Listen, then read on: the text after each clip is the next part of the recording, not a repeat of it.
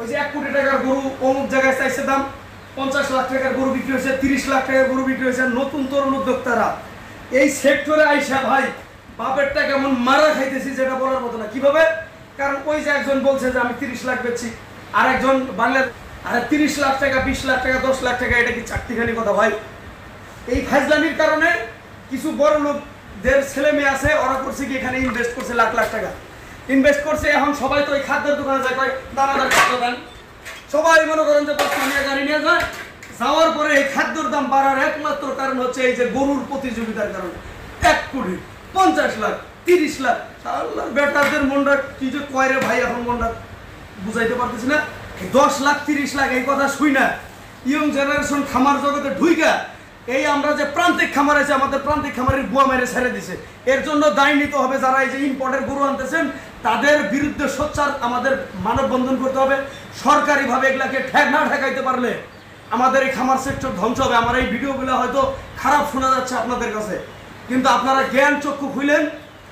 এই খাদ্যের বাজারের অস্থিরতা একটা মাত্র কারণ, সেটা হচ্ছে যারা ইম্পোর্ট করে গরু আনতেছে তার দেখা থেকে আরেকজন শিল্পপতির ছেলে নিছে, তারপরে নাপিত ধুপা ইঞ্জিনিয়ার সব সালার বেটারা এখানে ঢুকছে। ঢোকার পরে ভাই বাজার হয়ে গেছে অস্থিতিশীল। এখন খাদ্যের দাম বেড়ে গেছে, আর গমের দাম, আটার দাম 30 টাকা, খাদ্যের এই সোলার দাম হয়েছে 70 টাকা।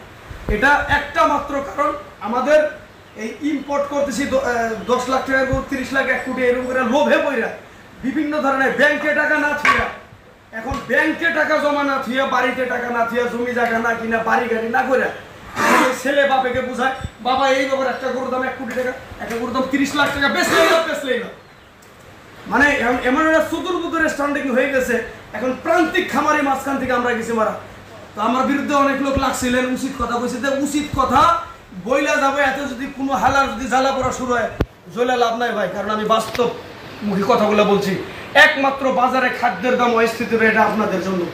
একমাত্র গরুর মাংসের দাম বাড়তি, এটাও আপনাদের জন্য, আবার কমে, এটাও আপনাদের জন্য। কারণ আপনারা একটা মিনিংসে রাখতে পারেন না। আপনারা আছেন রঙ্গ রাজ্যে, মানুষ ভাত খাইতে পারতেছে না।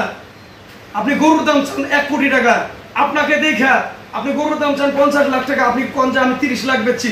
আপনাদের এই কথাগুলো শুই না ইয়ং জেনারেশন বাপ মার জমি জমা বিক্রি করে এই লাইনে এসে খাদ্যের বাজার একটা অস্থিতি, একটা পরিবেশ তৈরি করছে। এর জন্য দায় ভার আপনাদের মতো বড় অ্যাগ্রো ইন্ডাস্ট্রি যারা আছেন আপনাদের নিতে হবে ভাই। আমাদের মতো শিক্ষিত উদ্যোক্তা এই লাইনে এসে ধ্বংস দিয়েছে একমাত্র আপনাদের কারণে ভাই। আপনারা বলবেন যে এই বাবার যে সবিক তুমি গরু বিক্রি করো, ওই লাইন নিয়ে থাকো। আমাকে একজন বলছে, আমি এই কথা বলবো দেখে আমাকে একজন বলছে, তুমি তো গরু বিক্রি করো অনলাইনে, তুমি তোমার মতো থাকো ভাই। আমি আমার মতো কিভাবে থাকবো ভাই?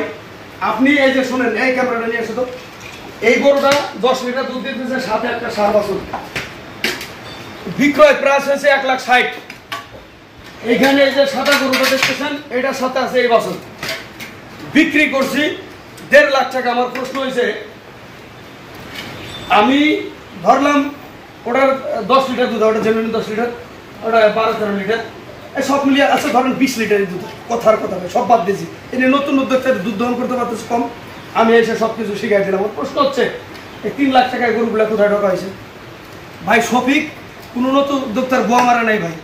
এই জন্য শফিকের বাল কোনো হালা ফালাইতে পারবেন না। তবে উচিত কথা বললে যে বাজীবন ভিডিও ভালো, আমার ভাষা খারাপ না তো ভাই, ভাষা বিগার বাড়বে না কেন ভাই? 1 কোটি টাকা একটা গরুর দাম, এটা কি ধরনের ফাজিল ধরনের কথাবার্তা? বাংলাদেশটা ওই স্থিতির একটা পরিবেশে নিয়ে গেছে। এখন ভাই ওদের তো আর চিন্তা না ভাই, ওদের মন্ত্রী আছে, এমপি আছে, আবেদন করবে 4,000 কোটি টাকা বাংলাদেশে বরাদ্দ হয় বাংলাদেশে। এই টাকাগুলো আমরা একটা প্রান্তিক খামারে মানে তা যার যার মতো লুটপাট করে নিয়ে যেতেছে। আর কোটি কোটি টাকা ভাই, বাংলাদেশে কি একটা হোলালা লোক নাই? একটাও কি সরকারি চাকরিজীবী নাই? এগুলা কি রুখে দাঁড়ানোর মতো দেখার মতো কেউ নাই? আর ভাই আজকে কথা বলছি, এই রাত্রেই দেখবেন যে আমার বিরুদ্ধে ফোন আসবে।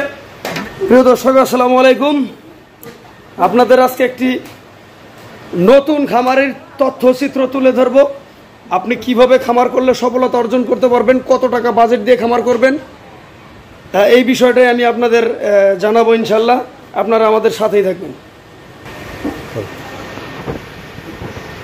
তো বন্ধুগণ, যেটা বলছিলাম যে আপনাদের যাদের কম বাজেট, নিম্নে 7 লক্ষ টাকা দিয়ে খামার শুরু করতে হবে, এছাড়া আপনি আপনার সংসার টিকাইতে পারবেন না গরুর থেকে।